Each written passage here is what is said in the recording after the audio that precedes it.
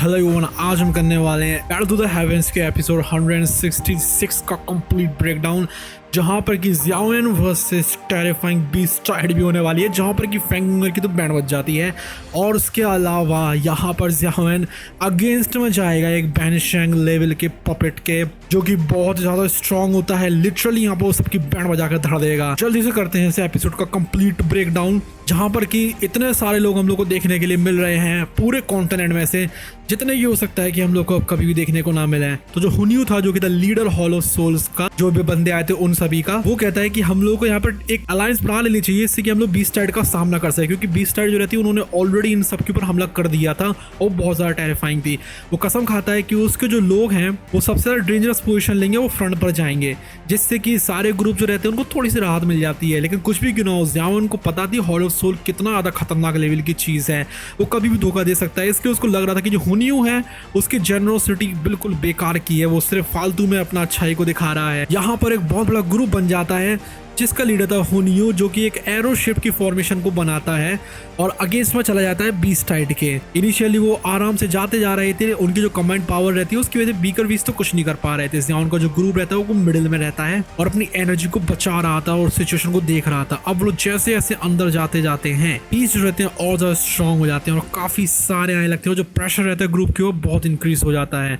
अब जो उनकी एडवांसमेंट रहती है वो बहुत ज्यादा धीमी हो जाती है। जो बैटल रहती है वो एक ब्रूटल फिजिकल स्ट्रगल में बदल जाती है। ग्रुप जो फ्रंट पर रहता है, जिसमें कि हुनियू के भी लोग थे, वो नीचे गिरना शुरू हो जाते हैं। एकदम से वो ज़ियाओएन रहता है, उसको रियलाइज होता है कि जो हुनियू और उसका जो ग्रुप है वो फ्रंट से जा चुके हैं। जो पीपल रहते हैं फ्रंट में, अब वो सिर्फ और सिर्फ बहुत सारे लोग हैं जो कि ज़्यादा स्ट्रॉन्ग नहीं है और बस वो भिड़े जा रहे हैं बीच से, जो कि डेस्परेट है सर्वाइव करने के लिए। अब वो वापस हो जा नहीं सकते हैं और उनकी दाकू रहती है वो भी डिप्लीट होती जा रही है। इसलिए जो लोग थे फ्रंट पर उनको बीस्टाइड को फाड़े दे रही थी। एक ब्रूटल साइकिल जो रहती है वो शुरू हो जाती है। यहाँ पर जो न्यू ग्रुप रहता है वो आगे की तरफ जाता है शील्ड बनने के लिए और वो उन सबको शील्ड करता है जो कि उसके पीछे रहते हैं।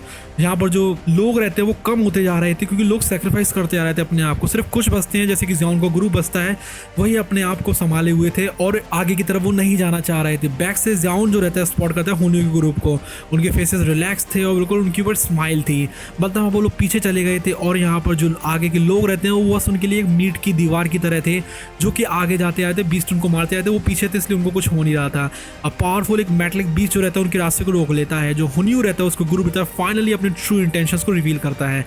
उन्होंने डिस्ट्रैक्शन की हेल्प भी थी जिससे कि वो लोगों के पीछे आ सकें, जिससे कि उनको ज़्यादा कुछ भी दिक्कत ना हो। ज़ियाओएन जो उनका ग्रुप रहता है उनको पता थी ये बात कि ऐसा तो कुछ होने वाला था ही। जो बाकी के बचे हुए जो कुछ 100 लोग होते हैं वो भी यहाँ पर खत्म होने वाले थे बीस्टाइड के हमले से, लेकिन उनकी जो सेक्रीफाइस रहती है उन्हीं के ऊपर तो हुनियू का जो ग्रुप रहता है आगे बढ़ रहा था। अभी वो लोग और ज़्यादा आगे जैसे जाते हैं, ज़ियाओएन का ग्रुप अपने आप को पोजिशन कर लेता है हुनियू के पीछे और हेवन डीमन फिनिक्स ट्राइब के पीछे, जिसका लीडर था ज़्यू फैंग। ज़ियाओएन नोटिस करता है फैंग क्विंगर को, जिसको कि उसने पहले अभी भी थप्पड़ मारा था बहुत ज़्यादा कसके वाला। वो देखती है उसकी तरफ बहुत ज्यादा गुस्से में, लेकिन साइलेंट रहती है। उसको पता थी ये बात कि ज़ियाओएन की पावर बहुत ज्यादा हो चुकी है। ज़ियाओएन को लेकर ज्यादा कोई फर्क नहीं पड़ता है। उसको पता थी ये बात कि अभी भी उसका जो पोटेंशियल है वो और ज्यादा बढ़ सकता है। वो और भी लोगों को देखता है, पावरफुल ग्रुप्स को जो कि उसके पीछे थे, जिन्होंने अपनी स्ट्रेंथ को बचा कर रखा है, जिससे कि जो आगे के जो लोग हैं जब वो खत्म हो जाएंगे तो वो उनका सामना कर सके। जो प्रेशर रहता है और ज्यादा खतरनाक लेवल पर आता जा रहा था, जिस टाइम पर वो अंदर की तरफ बीस्टाइड के और ज्यादा आते जा रहे थे। ज़ियाओएन कहता है कि जो रिमेनिंग ग्रुप है बस वही बचा हुआ है, पहले के लोग तो खत्म हो चुके हैं। वो इमीडिएटली आगे की तरफ बढ़ता है, एक न्यू टैक्टिकल फॉर्मेशन को गू किंग युआंग के साथ में बनाता है, जो कि ऑफकोर्स है गूगलैंड से। वो डिसाइड करते हैं कि वो एक एक करके फाइट करेंगे, वीकर मेंबर्स मिडिल में रहेंगे जिससे कि मोमेंटम बना रहे। ज़ियाओएन अपनी हेवनली फ्लेम्स को निकालता है और उसको वो ट्रांसफॉर्म कर देता है 1000 फीट बड़े फायर ड्रैगन में, इससे कि रास्ते को बना सके। वहीं जो गू किंग युआंग जूनियर रहती हैं और जो बाकी रहते हैं उनके पीछे पीछे आ रहे थे। उनके जो कंबाइंड अटैक्स रहते हैं उसकी वजह से एक पतला सा रास्ता बन गया था उस बीस्टाइड के बीच में से। उनकी जो रफ्तार रहती है बिल्कुल स्विफ्ट थी, उनका जो कोऑर्डिनेशन रहता है वो भी काफी अच्छा था। इसकी वजह से वो लोग आराम से आगे बढ़ते जाते हैं। ज़्यूनो इन्फॉर्म करती है ज़ियाओएन को कि वो अभी डीपेस्ट पार्ट में बीस्टाइड के और उनको जल्दी से जल्दी इससे आधे घंटे में निकलना पड़ेगा और वो यहाँ से आधे घंटे में निकल सकते हैं अगर कोई पावरफुल बीस्ट ना आए। तो ज़ियाओएन रिकॉग्नाइज कर लेता है, इसलिए लोगों को अपनी स्पीड तो बढ़ानी पड़ेगी। ग्रुप जो रहता है अपनी पूरी पावर को अनलीश कर देता है और आगे की तरफ बढ़ जाता है। जो अटैक्स रहते हैं और ज्यादा डिफिकल्ट हो जाते हैं और बीस्ट टाइड के ऊपर जाकर वो घलते जा रहे थे। भले उनका जो एफर्ट्स थे काफी ज्यादा कोऑर्डिनेटेड थे, लेकिन वो फिर भी स्लो होते जाते। गुकुंग यांग को यहाँ पर एग्जॉशन होने लगता है। वो कहता है कि यहाँ पर इतनी बैटल करने के बाद सच में मुझे थकावट हो रही है। वहीं जो जूनर रहती है वो नोटिस करती है कि जो हुनियो का ग्रुप है वो वैनिश हो गया। गुकुंग यांग एक्सप्लेन करता है वो लोग हो सकता है कि ऑलरेडी निकल चुके हों। इसकी वजह से ज़ियाओन का जो ग्रुप रहता है उनके ऊपर एक बहुत ज्यादा खुशी आ जाती है। वो पूरी स्ट्रेंथ को लगा देते हैं उस अटैक के ऊपर, जिससे कि वो बाकी बीस्ट से आगे निकल सकें। फाइनली वो बीस्ट साइड से बाहर निकले आते हैं। जो फेरिशियस बीस्ट रहते हैं जो कि सिर्फ 100 फीट की दूरी पर थे, वो उनके ऊपर कस के धाड़ मारते हैं, लेकिन वो एक इनविजिबल बाउंड्री को पार नहीं कर पा रहे थे। फाइनली ज़ियाओन का ग्रुप वहां से निकल जाता है। ज़ियाओन आगे की तरफ देखता है और उसको देखने के लिए बताया massive ancient lush green tree जो कि खड़ा हुआ था उस वास्ट प्लेन में। ये जो मिस्टीरियस और एंशिएंट ऑरा था जो कि उसमें से निकल रहा था, बता रहा था कि ये सच में लेजेंडरी बोधिसत्व एंशिएंट ट्री है और यही उन लोगों की मंजिल भी थी। जूनियर लिटिल फेक डॉक्टर और बाकी जो लोग रहते हैं स्टंट रह गए थे इस चीज को देखकर। एक बहुत ज्यादा मैसिव और एंशिएंट ट्री था जो कि बिल्कुल ऐसा लग रहा था मान के लोग जिंदा हो। उनको समझ में आ जाती है कि यहाँ पर हम लोग को जल्दी करनी पड़ेगी। ज़ियाओन अपने ग्रुप को ट्री की तरफ ले जाता है। उसको पता थी ये बात कि जो हुनियो और जो हेवन डीमन फिनिक्स ट्राइब है जिसके लीडर है जियो फैंग, वो भी उसी की तरफ जा रहे हैं। अब उस एरिया पर पहुंचने पर ज़ियाओन का ग्रुप फाइनली देखता है हुनियो के ग्रुप को और उनके लोगों को जो कि उनका वेट कर रहे थे। हालांकि जो हुनियो रहता है वो क्लेम करता है कि उसने काफ़ी सारे लोगों का इधर पे वेट करा है क्योंकि वो अच्छा इंसान है। ज़ियाओन को पता थी ये बात कि वो कैसा है। जो पेड़ रहता है जैसे उसके पास में वो लोग पहुंचते हैं वो लोग और ज़्यादा उसको सांसें भर के देखने लगते हैं। एक टावरिंग पिलर था एंशिएंट लाइफ गिविंग एनर्जी का, लेकिन कुछ भी गिना हो ज़ियाओन की पावरफुल जो सोल सेंस रहती है उस पहचान लेती है कि ये जो ट्री है कुछ सही नहीं लग रहा है। जो उसको लग रहा था कि यहाँ पर इसके अंदर खुद की भी समझ जरूर है। उसको याद आती है एक खून क्लैन के एंसेस्टर की जो कि एक बेंशिंग एक्सपर्ट था जो कि डिसअपियर हो गया था इस ट्री को एनकाउंटर करने के बाद, इसलिए वो और ज्यादा सतर्क हो जाता है। ग्रुप जो रहता है जिसमें कि जियो फैंग भी थे और हेवन डीमन फिनिक्स ट्राइब के लोग भी थे वो यहाँ पर आ जाते हैं। हुनियो ओपनली एडमिट करता है कि वो यहाँ पर वेट कर रहा था इस ट्री को टैकल करने के लिए क्योंकि ये बहुत ज्यादा डेंजरस है बीस्ट के कंपेरिजन में।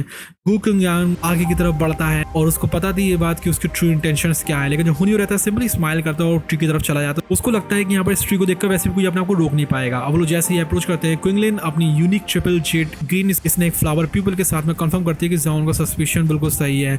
उसको पता चल गई थी ये बात कि लाइफ गिविंग ऑरा है इस ट्री का, उसके अंदर एक नेगेटिव ह्यूमन इमोशन भी है। वो जो जैसे ज्यादा पास में जाते आ रहे थे सेंसेशन और ज्यादा खतरनाक होती आ रही थी।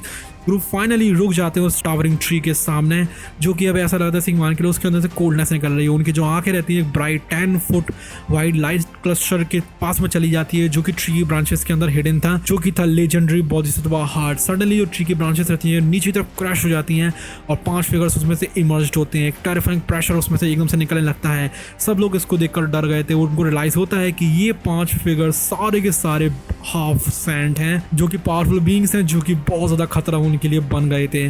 सब लोग शॉक तो रह ही गए थे। इनको देखकर उनको समझ में नहीं आता कि वो लोग करेंगे तो करेंगे क्या। ये जो पपेट थे उनकी तो लाइफ नहीं थी, सोल नहीं थी, लेकिन वो कभी ना कभी बेनशेंग लेवल के एक्सपर्ट्स जरूर रह चुके थे जो कि एक बहुत ज्यादा खतरनाक चीज जिसके बारे में जानकर वो लोग पूरे ठंडे पड़ जा रहे थे। उनको पता थी ये बात कि इनका सामना वो लोग नहीं कर पाएंगे। उन्हें आइडेंटिफाई करता है कि एक जो पपेट है वो उसके मिसिंग एंसेस्टर का है, उसके क्लैन से। वो कंफर्म करता है कि ट्री जो है वो केपेबल है कैप्चर करने के और ट्रांसफॉर्म करने के इतने ज्यादा पावरफुल बीइंग्स को भी। इस थ्रेड को देखकर गुकुंग यांग और जो बाकी के लोग रहते हैं उनको तो समझ में आता वो करे क्या।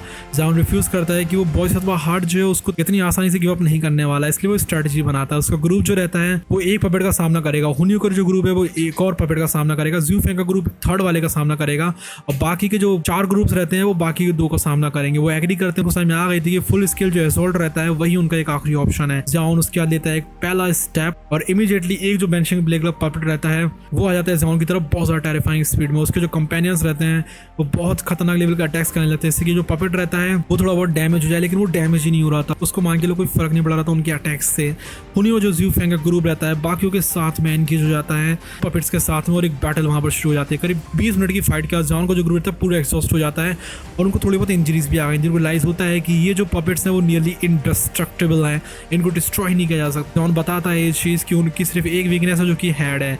जो गुकुंग रहते हैं वो अटेम्प्ट करते हैं पावरफुल अटैक पपेट के बैक के ऊपर, लेकिन जो फोर्स रहती है पूरी रिमूव हो जाती है कि उन्हीं को इंजर्ड कर देती है। ज़ियाओन को उसके चिल्लाता है सारे लोगों के लिए कि पपेट के हेड्स के ऊपर अटैक को फोकस करो। वो अपने किंग कॉन्ग ग्लास बॉडी का इस्तेमाल करते हैं पंच को मारने के लिए, जिससे कि जो पपेट का हेड रहता है वो क्रैक हो जाता है। पपेट जो रहता है पीछे की तरफ चला जाता है, उसके जो आर्म्स रहते हैं वो ज़ियाओन के ऊपर आ जाते हैं हमला करने के लिए और उसको पीछे की तरफ ढकेल देते हैं। लेकिन यहाँ पर जो जाओन को डिफेंसेस रहते हैं वो होल्ड कर पा रहे थे। उसकी लीड को देखते हुए जो जूनर रहती है, गुकुंग यांग रहता है और बाकी लोग जो रहते हैं वो भी अपने पावरफुल अटैक्स को कर देते हैं, जैसे कि ग्रेट सा डिस्ट्रक्शन फिंगर पपेट के हेड के ऊपर। जो काइलिन रहती है वो भी उनको ज्वाइन कर लेती है अपने थंडरस अटैक के साथ में। अभी उनके कंबाइंड असॉल्ट के साथ में वो फाइनली पपेट के हेड को शटर कर देते हैं। फिगर फाइनली जो रहता है कोलैप्स हो जाता है और उससे पता लग रहा था कि फाइनली जाकर उन लोगों ने उन सारे 5 हाफ सैंड लेवल के पपेट्स को हरा दिया है, सिर्फ और सिर्फ जाउन की स्ट्रेटेजी की वजह से। अब इसके आगे जाउन जाने वाला है इस बहुत ट्री के अंदर, तब क्या होगा वो देखेंगे हम लोग अगले वाले एक्सप्लेनेशन में। उसके लिए कर लीजिए सब्सक्राइब। अभी के लिए गुड बाय।